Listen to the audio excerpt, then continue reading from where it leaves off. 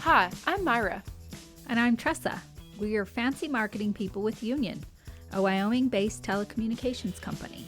Yes, Wyoming really does exist. We proudly serve the Rocky Mountain region. On this podcast, we will feature businesses, organizations, nonprofits, and influential people from Utah, Colorado, and Wyoming. Our mission is to highlight those who inspire their communities daily. We believe this makes us truly authentic because a journey of 1,000 miles always begins with a single step. Hello, Tressa. Hey, Myra. What's up? Oh, you know, back in podcast land. You? Yeah, back in podcast land, back to work. Back to work, yeah. Alive and well. That's good. Yeah. We're happy to have you. Yeah. It's been a minute. Hopefully you enjoyed your time off. My time off, yeah. Being a mother with a newborn, yeah. That's what it's called, right? Time off. Relaxation. Relax.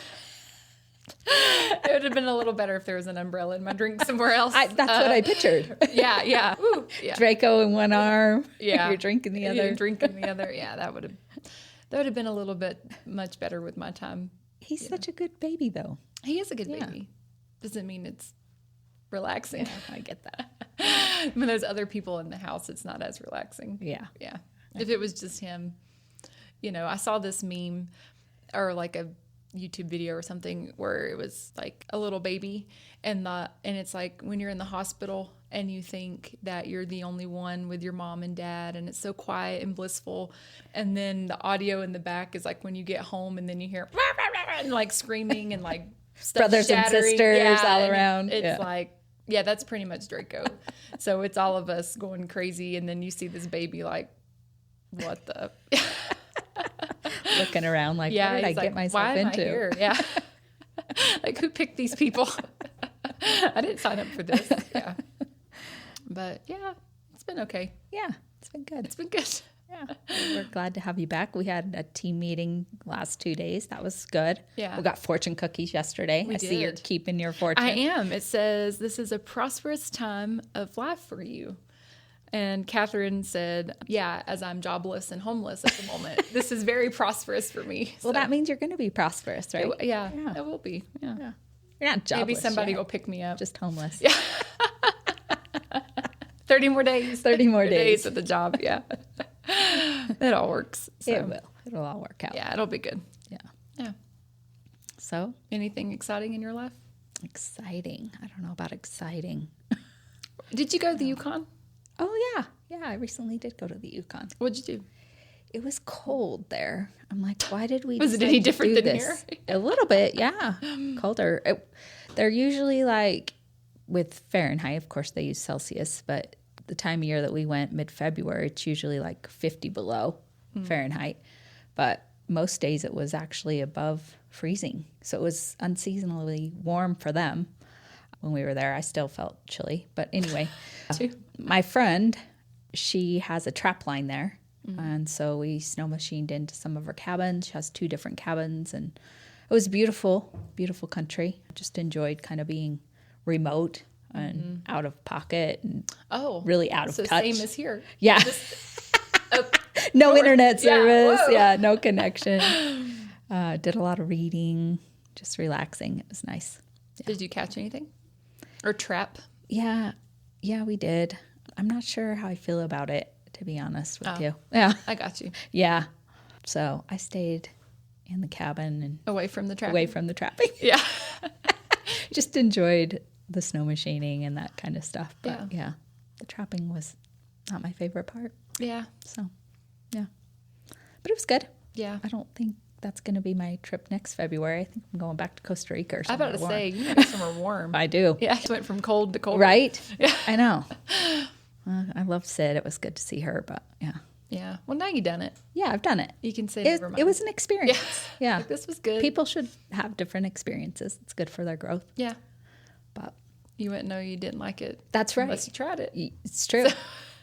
Yeah, that's true. Tressa is no longer trapping. I'm no longer on my bucket list. Not that it ever was, but definitely not doing it again. Yeah.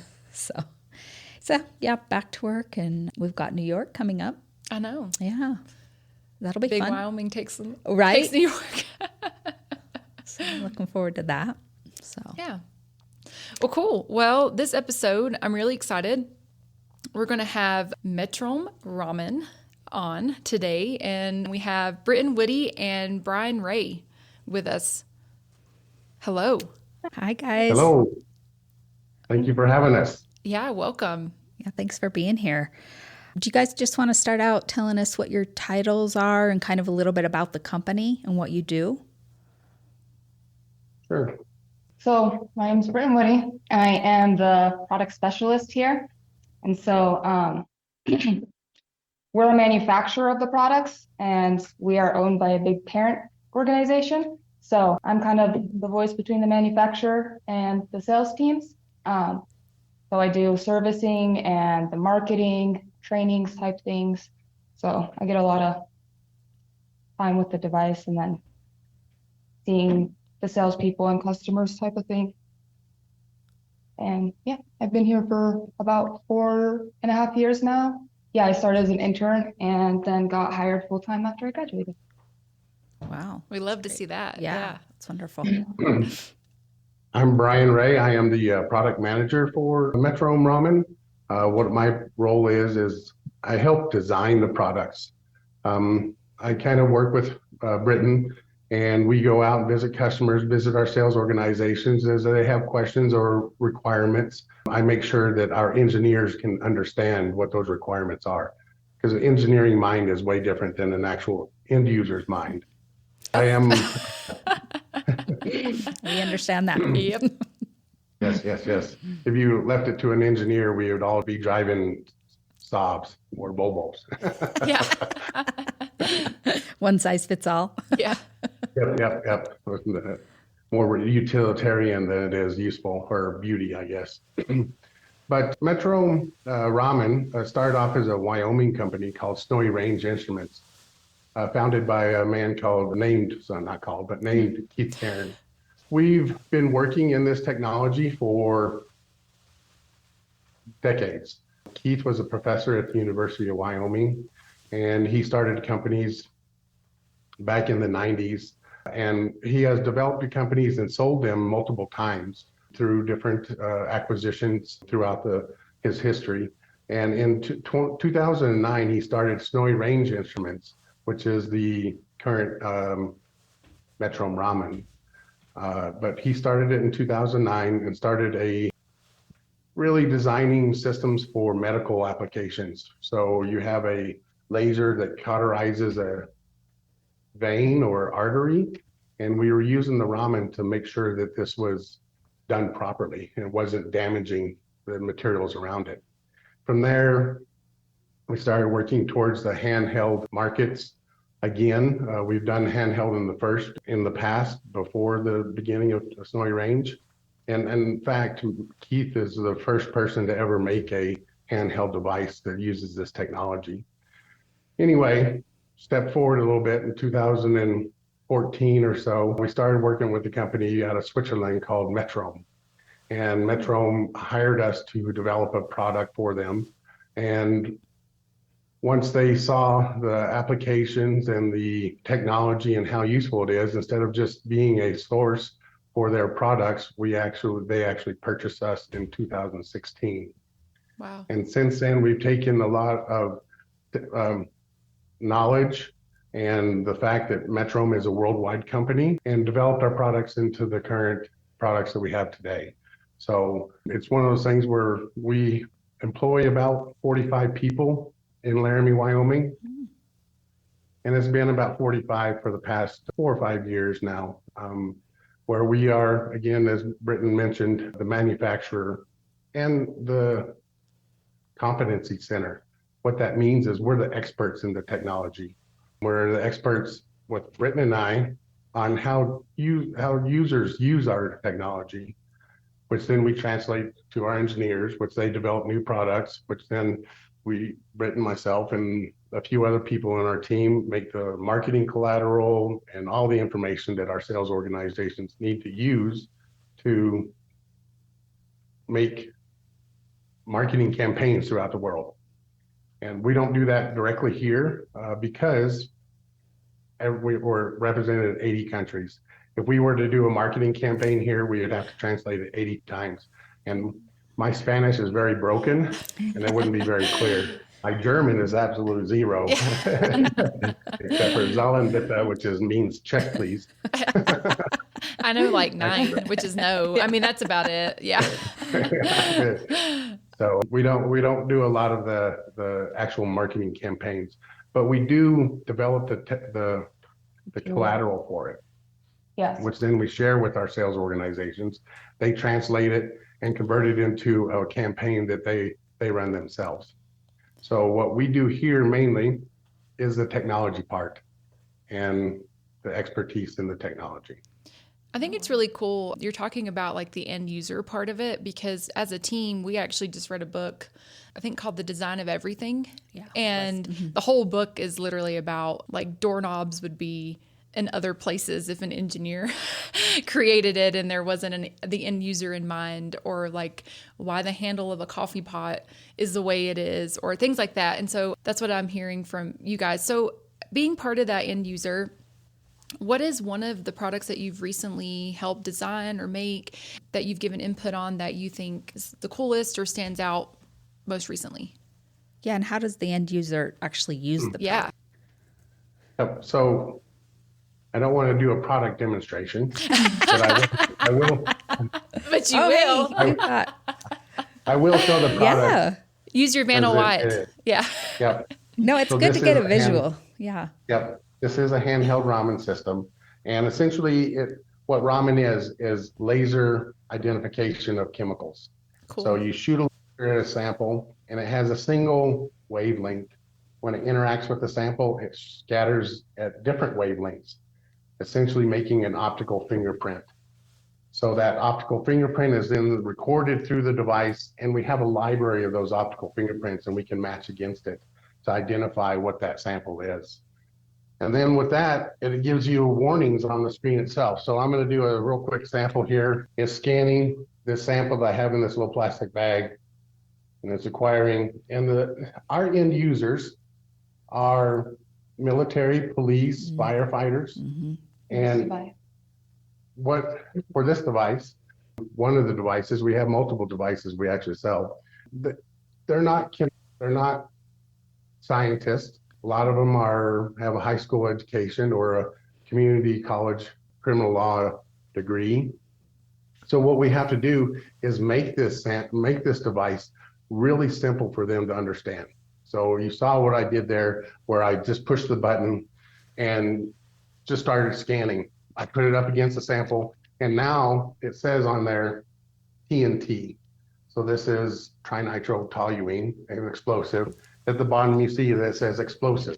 So this is the simplicity that we want. This is where, if we allowed it to engineers, it would say it only in the chemical name. No one knows what trinitrotoluene is, but they do know what they know what TNT is. Yeah.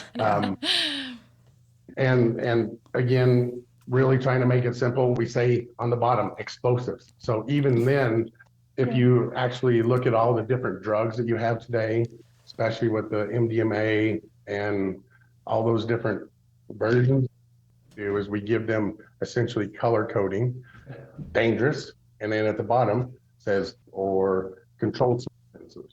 They can understand in their brain what just happened. And it made it really simple what I did there, but there's a huge amount of technology inside that device to make all this work. And it shouldn't be where the user has to understand this technology. We made it to where it's essentially a black box. You press a button and you have the sample, you press the button and it gives you that warning right to you directly on the screen. Then they make decisions based off of that. That's an explosive. So first thing to do would be run away. Yeah. That's what I'd recommend. Yeah. Yes. Don't hang out. Yeah. Keep the gasoline and fire away. Yep. Yeah. Then you reassess the situation and cordon off everything and make sure everybody is far enough away that you can then bring in your EOD team, your ordnance disposal teams, things like that. And then a lot of our customers use it for strictly drug identification. explosives are more of the military, but for local police, firefighters, things like that, what they do is they identify drugs. And it's the same thing where you go in and you see bottles everywhere and you don't know what this is. You suspect it's a clandestine lab. You can go in, identify those bottles. Yep. Meth lab. Yep. Okay, thank you Yeah. for the translation. Yes, I did not know that until I worked here. That's what clandestine lab means. Clandestine lab is a uncontrolled laboratory used by bad people to build things, drugs, explosives, chemical warfare agents, things like that. But anyway, they can go in, the firefighters go in there and identify something and says, oh, it's meth, back out. Go in, put on your proper secure safety equipment, it's personal protective equipment, and cordon off the area and make sure everybody's safe. So I want to add to that too, real quick. How you're asking what we've came out with meet end users' needs. With going on explosives, we have came out with this integration project and package with the Boston Dynamics robots to take our device. They carry our device on the back of them, and as well as 5 other environmental sensors, so that can enter hazardous area or suspicious area, and they'll have live video feed of what the robot's seeing, and they'll be able to test all those sensors, including the Myra device, and get that right back onto a tablet. So then they don't have to waste the time of going back in and out. And they also don't have to risk that safety to them. They can make sure that every person around is away and safe. Using robots to do that first entry. So it's wow. Instead of using putting people. a person in. This is amazing. Yeah. Yeah. So could something like this work for like TSA? Yes. Good question. Okay. Yeah, because I was just, Oh, I'm about to fly and I'm thinking about formula. I have to carry formula with me, and it's a white powdered substance, and so who knows what I'm bringing. Right. And so I was just, this is what it's making me think of. Like, so if they were testing my formula, they could use a device like this to see Exactly. what the substance is. if you fly out of Laramie, Wyoming ever, you can actually go in there and see there's a product made by a company, but the technology inside of it is our technology. So there's a whole bunch of different airports, but that is one that's local that I know exists, but it's a bottled scanner that allows you to identify your milk powder when you fly. Not all airports use it. Some other airports use different type of technologies, but there's probably a few hundred different airports that have this technology in it for that. I will say that this is not a detection system. It's an identification system. Okay. So I can't, if you just walk through a portal and you have explosives on you, I can't detect that you have it. In other words, the little particles that fly off of you when you're walking through the portal. That's a different technology. This here is where I've identified you as a threat. I found something on your person. Now I can go and identify that and validate that this is truly that you are a threat. Or no, that's just milk powder that has been modified to look like explosives. Watch out, TSA. I'm With the flying. pretend Here, yeah. I'm a drug lord. Yeah. He's just Pretty a prop. incredible the things people will do, like, to get Oh, away yeah. You're not wrong. No. with. Like, Yep. this job has made me like distrust, I think, companies and the public a lot more in what they like state. Yeah, I mean, it's really, I don't know if it's a good thing or a bad thing, but it's crazy what they do out in the world now. Yeah. Knowledge is power. So I would say it's a good thing. Yeah, I think being cautious Yeah. and being aware is always a good thing, right? Yeah. So what do you guys from other companies who do stuff like this, if there is, what do you think sets you apart? Sets us apart is our honesty to our customers. So a lot of our competitors, they will lie about specifications and capabilities of their devices. And so the customer will get this expectation what that do, or even just the technology of Raman can do. Whereas we are very honest, and maybe bites us in the butt for being so honest, but we like to make sure that the customer knows what it can and can't do, because we don't want them to expect to have this function and then go out in the real world. It goes back to that. Who is the end user? They're not experts at anything other than keeping people safe, right? Mm-hmm. So what we do is make sure that they understand what they're working with and how to use it. The other thing that we really focus on here, this is not the only product we have. We have multiple products from ones that you use in a laboratory, a benchtop version of it, all the way to the little handhelds that we have here, where we've implemented them on robots and things like that. But what we really focus on is safety and actionable intelligence. So safety, I give you what you need to be safe and make the public safe. And the actionable intelligence is part of that, where it gives you that warning on the screen. You know what to do. You, as an expert of keeping people safe, can go in there and cordon off the areas and make quick decisions quickly. Well, and speaking Quick of decisions quickly. Yeah. quick decisions quickly. Yep. I'm here for that. Yep. Yeah. Maybe proper decisions quickly. There you go. And so speaking of like the safety too, Brian mentioned that we try and make the device as simple as possible. We do put a lot of effort into designing these as safe products. So obviously this is a high powered laser coming through here, so you don't want that just turning on and shining in someone's eyes. It's pretty safe where you can have your skin on it, but it will make you go blind if you stare directly into it.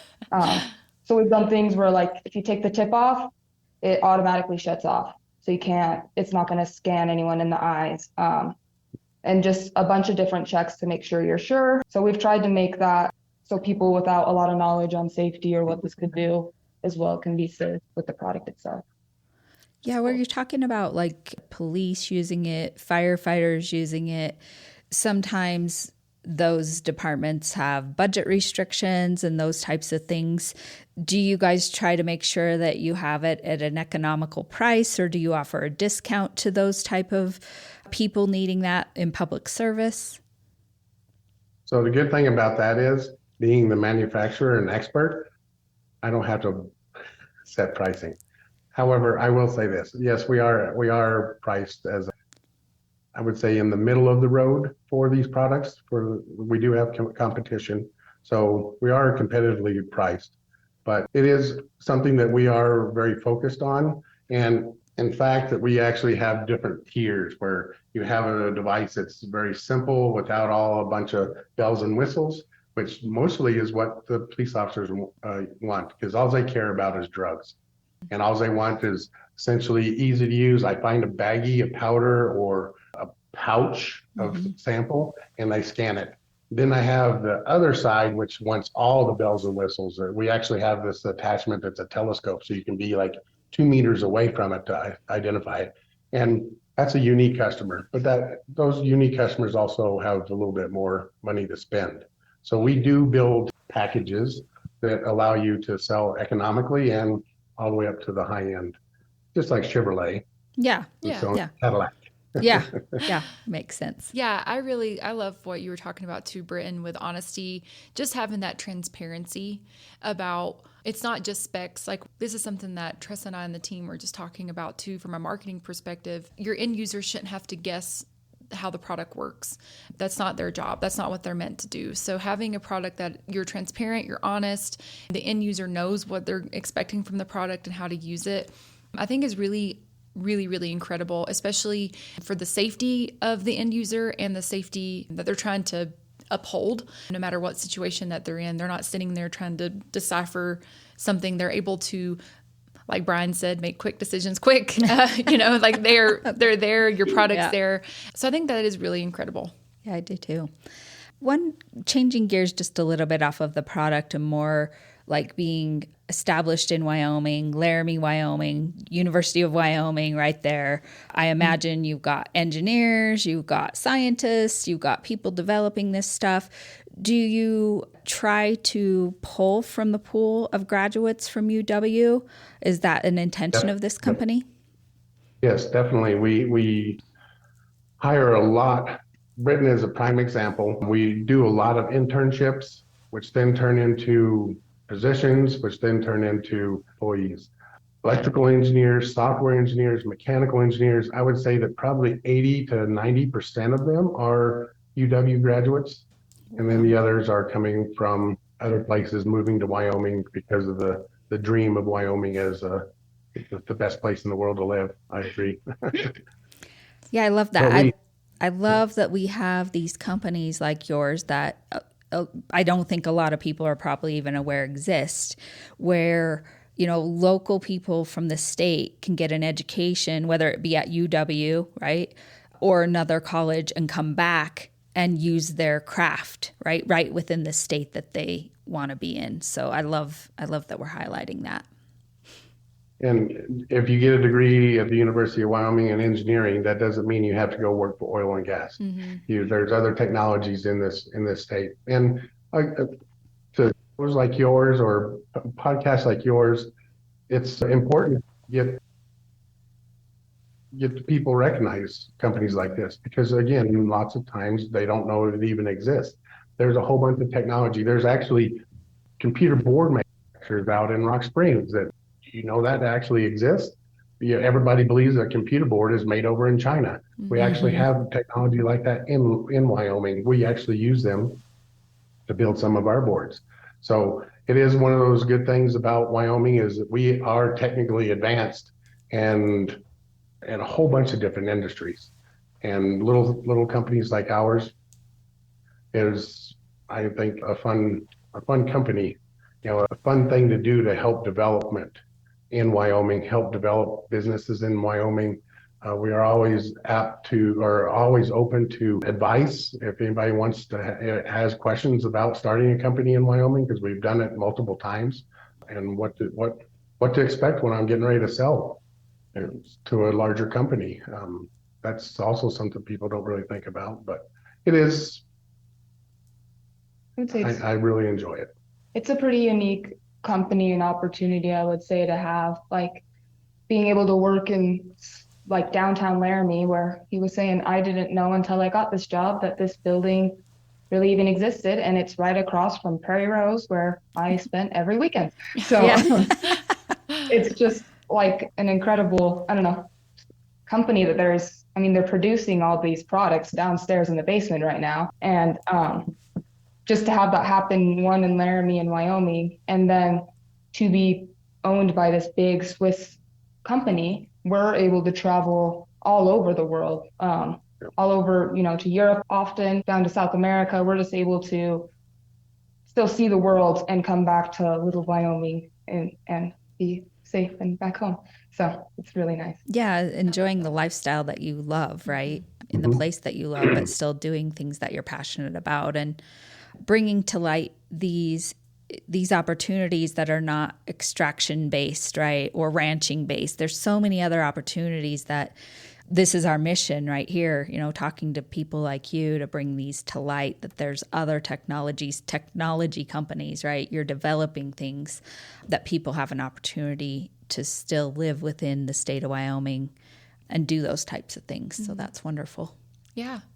Well, guys, we're at the end of the episode. And before we go, we just want to ask both of you or either one of you, how do you guys stay authentic? I think we stay authentic, kind of going back to that transparency and being honest to our customers. Metrom's motto is people you can trust. And we really like to live by that and make sure that we are being as open to our customers as well as available. So we often are there to be support directly to customers and look at their data and help them understand what's going on or fix their device. And so I think that's how we kind of just stay authentic, is being honest and having that good relationship with them and keeping them in mind. I love that. I love that too. Yeah. Great answer, Britan. Well, thank you guys so much. We really appreciate you guys taking the time to talk to us. Thank you. Yeah, thanks for having us. That's awesome. Yeah, Great. fun. Great. Well, until next time. Stay authentic. Make your decisions quickly. Yeah.